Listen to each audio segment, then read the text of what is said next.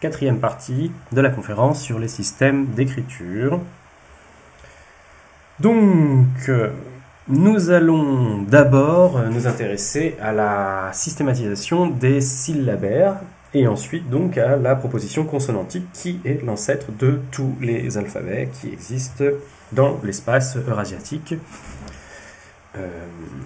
Donc on a le syllabaire élamite, une systématisation du syllabaire déjà développé par les Akkadiens au début du deuxième millénaire avant notre ère, et le syllabaire mycénien, qui est lui aussi probablement une systématisation d'un système logosyllabique antérieur, probablement le linéaire A crétois qu'on ne comprend pas. Donc, l'élamite, au moment où il emprunte donc, le système de cunéiforme sumérien, en parallèle des Akkadiens, autour du 23e, 22e siècle avant notre ère, il va progressivement, au cours du deuxième millénaire, au cours de la période élamite centrale, moyenne, qui est la période la plus brillante de la civilisation, il va rationaliser, les scribes élamites vont rationaliser leur usage et réduire à une centaine de signes, et limiter drastiquement, un petit peu comme le coréen dans une certaine étape, limiter drastiquement le nombre de sumérogrammes et d'accadogrammes, car comme le hittite, l'élamite a importé aussi des accadogrammes.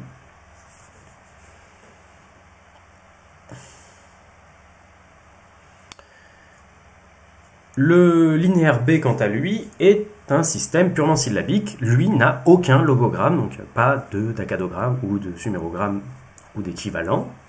Il n'y a pas de... ce qui pourrait être le cas si le système vient du minoen. Donc on a ce linéaire A qui est très difficile à relier au linéaire B, y compris pour des valeurs phonétiques, ce qui pose problème dans la mesure où on ne connaît pas la langue minoenne. Donc même si on avait la valeur phonétique, on ne saurait pas l'identifier, et a priori on n'a pas donc de logogramme minoen dans le linéaire B mycénien qui se développe à partir du XVIe siècle avant notre ère et qui domine l'espace égéen au XIIIe, XIVe, XIIIe, XIIe siècle avant notre ère et se répand à Chypre au moment où l'alphabet va apparaître sur la côte en face de Chypre en réalité. Et donc c'est dans le contexte égyptien qu'apparaît le système qu'on appelle l'abgad. Donc le système a plusieurs consonnes. Un système égale une consonne, un signe égale une consonne. Et donc ce proto-alphabet, cet abgad, ce proto-abgad, apparaît dans le Sinaï, dans une zone de contact égyptienne. Donc on a ici un petit sphinx qui a été annoté par une population particulière. Et c'est en effet donc dans cette zone de contact que vous voyez en pointillé, entre le système hiéroglyphique égyptien et les zones de culture sémitique de la Syrie, où on utilise des systèmes dérivés de l'akkadien, comme les systèmes hittites, le système ougaritique, que va apparaître l'abgad, le premier abgad, le proto-abgad, et se répandre donc dans l'espace de Canaan, c'est-à-dire l'espace de la Palestine, l'espace où on va parler donc les langues hébraïques et aussi donc l'espace phénicien et jusqu'à Ougarit où il va être adapté sous forme de cunéiforme. Donc voilà la situation à la fin de l'âge du bronze récent, à l'époque donc de la 19e dynastie égyptienne, après ce point de contact dans le Sinaï entre des populations sémitiques et les populations égyptiennes qui vont donc inventer l'abgad. Alors voilà comment fonctionne le système de l'abgad qu'ils vont inventer, c'est-à-dire qu'ils vont s'inspirer de la façon qu'ont les Égyptiens d'utiliser des logogrammes pour leur valeur purement phonétique de la première consonne, ce qu'on a déjà lu, ce qui a formé le pseudo-alphabet, mais ils vont l'utiliser pas du tout dans la valeur phonétique, évidemment, de l'égyptien, mais dans la valeur phonétique qu'elle recouvre dans leur propre langue. Et donc, voici le tableau, avec l'ordre alphabétique qui va être figé à l'époque phénicienne et araméenne. Donc le bœuf, on dessine une tête de bœuf d'inspiration égyptienne, et on va le prononcer dans la langue sémitique locale, la langue cananéenne du Sinaï local, Aleph, donc langue cananéenne qui est très proche évidemment de l'hébreu, du phénicien, etc. Aleph, et donc qui progressivement va se standardiser exactement comme les pictogrammes sumériens s'étaient transformés en cunéiformes, comme les hiéroglyphes se transforment en hiératiques, Comme les pictogrammes chinois sont devenus les idéogrammes difficilement reconnaissables, là on a pareil, on a une systématisation, une standardisation qui fait qu'on évolue du dessin progressivement vers des symboles qui ne rappellent plus directement le dessin. Donc vous voyez la tête de bœuf, Aleph, la Beit, la maison, qui est vraiment le symbole utilisé par les Égyptiens pour désigner la maison, qu'on va utiliser dans son son, qu'on va utiliser pour sa valeur phonétique de la première consonne. B, ici. Mayim, qui est le N en égyptien, et là c'est le M, parce que ce n'est pas le même mot évidemment, c'est le mot Mayim, donc les eaux dans les langues sémitiques. Aïn, donc pareil pour l'égyptien, on avait Yir, là c'est Aïn, et donc on l'utilise pour la monoconsonne première, le Aïn, et c'est toujours le nom de la lettre, le nom de la lettre reste celui de l'objet. Tau, la marque, Kaf, la paume, Yad, la main, Ra'as, la tête. Donc on retrouve, et donc quand on met en parallèle, on voit bien l'affiliation entre le symbole d'inspiration égyptienne et le nom et la lettre telle qu'elle va finir donc en phénicien et donc en grec. On va voir ça. Donc ici, vous avez un tableau de tous ces petits symboles d'inspiration égyptienne dans les formes où on les retrouve dans le Sinaï. Et on a donc ici une petite inscription, la petite inscription du Sphinx qu'on a vu à la page précédente.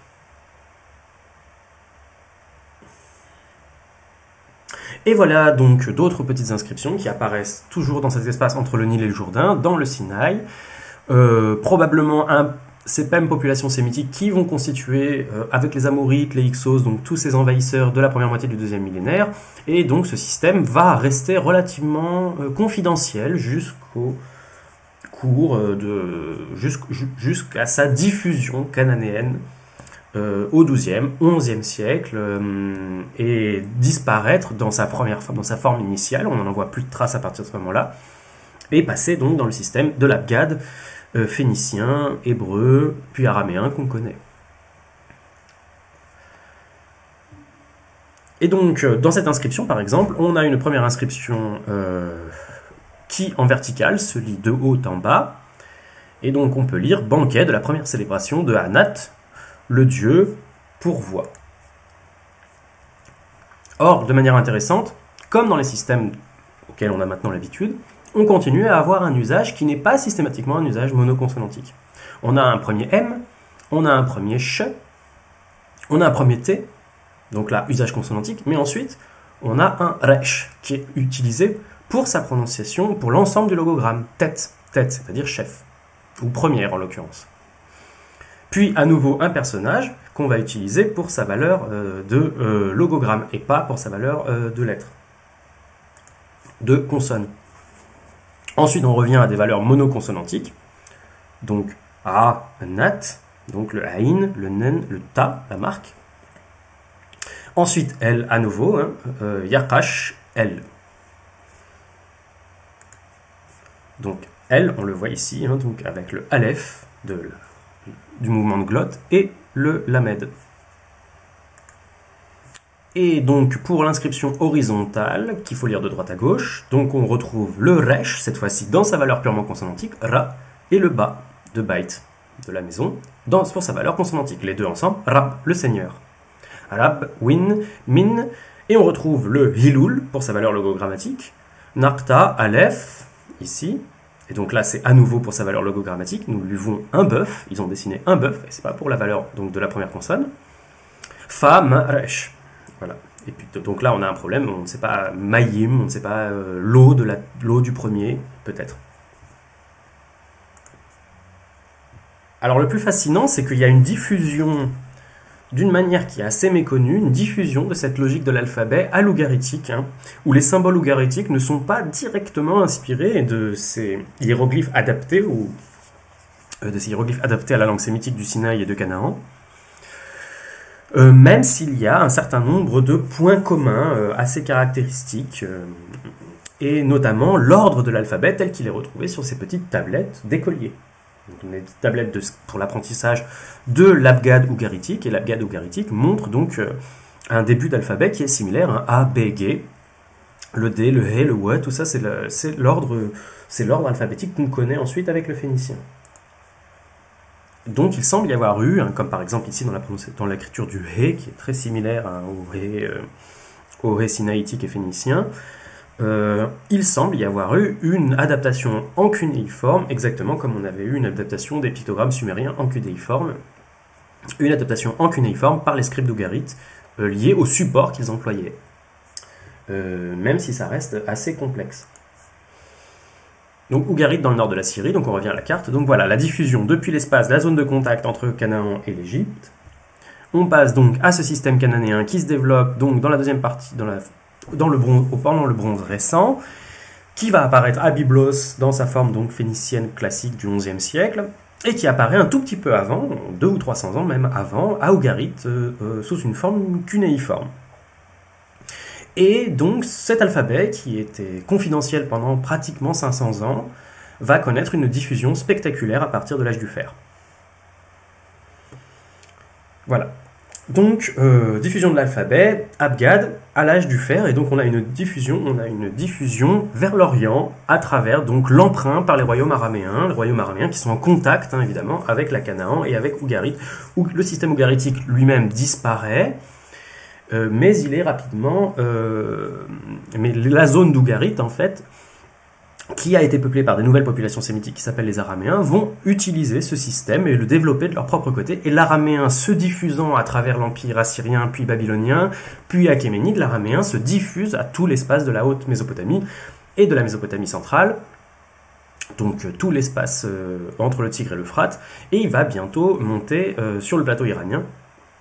De l'autre côté, il va se diffuser à travers le commerce phénicien et passer assez rapidement aux Grecs et aux Étrusques, notamment.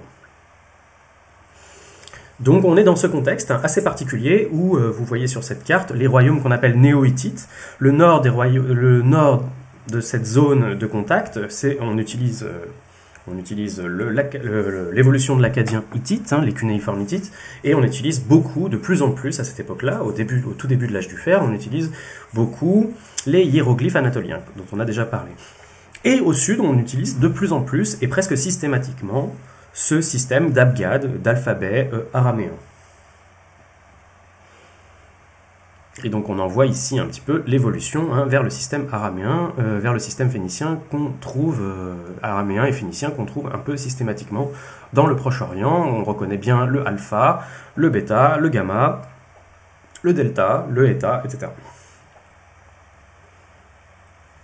Alors on a ce qu'on peut considérer être une radiation évolutive à partir d'un ancêtre commun. On a un ancêtre commun, contrairement à tous les systèmes de logosyllabogrammes qui étaient apparus, où on en a 7, 8, 9, 10 peut-être, qui apparaissent pratiquement spontanément, indépendamment et qui utilisent des systèmes communs, d'où la notion de constante anthropologique. Ici, en l'occurrence, on est face à une radiation évolutive à partir d'un point de départ unique. Et donc on voit bien le passage de Aleph au Aleph phénicien, et l'évolution, donc, dans sa forme araméenne d'empire. Ça, c'est la forme qui est figée dans l'hébreu moderne, mais qui est la forme araméenne d'empire de l'époque entre le 3e siècle avant notre ère et le 3e siècle de notre ère. Et de la même manière, donc, cette évolution depuis la zone phénicienne vers l'alphabet grec et latin. Ici, donc, on a les lettres alpha, bêta, mu, omicron, etc. Leur évolution locale à travers le grec et l'étrusque et le latin. Donc on a deux évolutions possibles, deux mêmes symboles. Ici le O, le Ain, qui va être utilisé pour l'omicron grec. Le rond a disparu, mais il n'en reste que les deux petites branches qui permettaient de dessiner le rond initialement. De même pour le Maïm, qui a fini par former un rond et une barre au lieu des zigzags. Le Bet, araméen, qui est dérivé de la forme, et au lieu d'avoir deux ronds, il perd complètement ces deux ronds, il ne reste plus que le cercle extérieur. Le Aleph, c'est la même chose, donc c'est le Yod, par exemple, qui va connaître une évolution relativement similaire à partir d'une main. On a deux petits traits courts.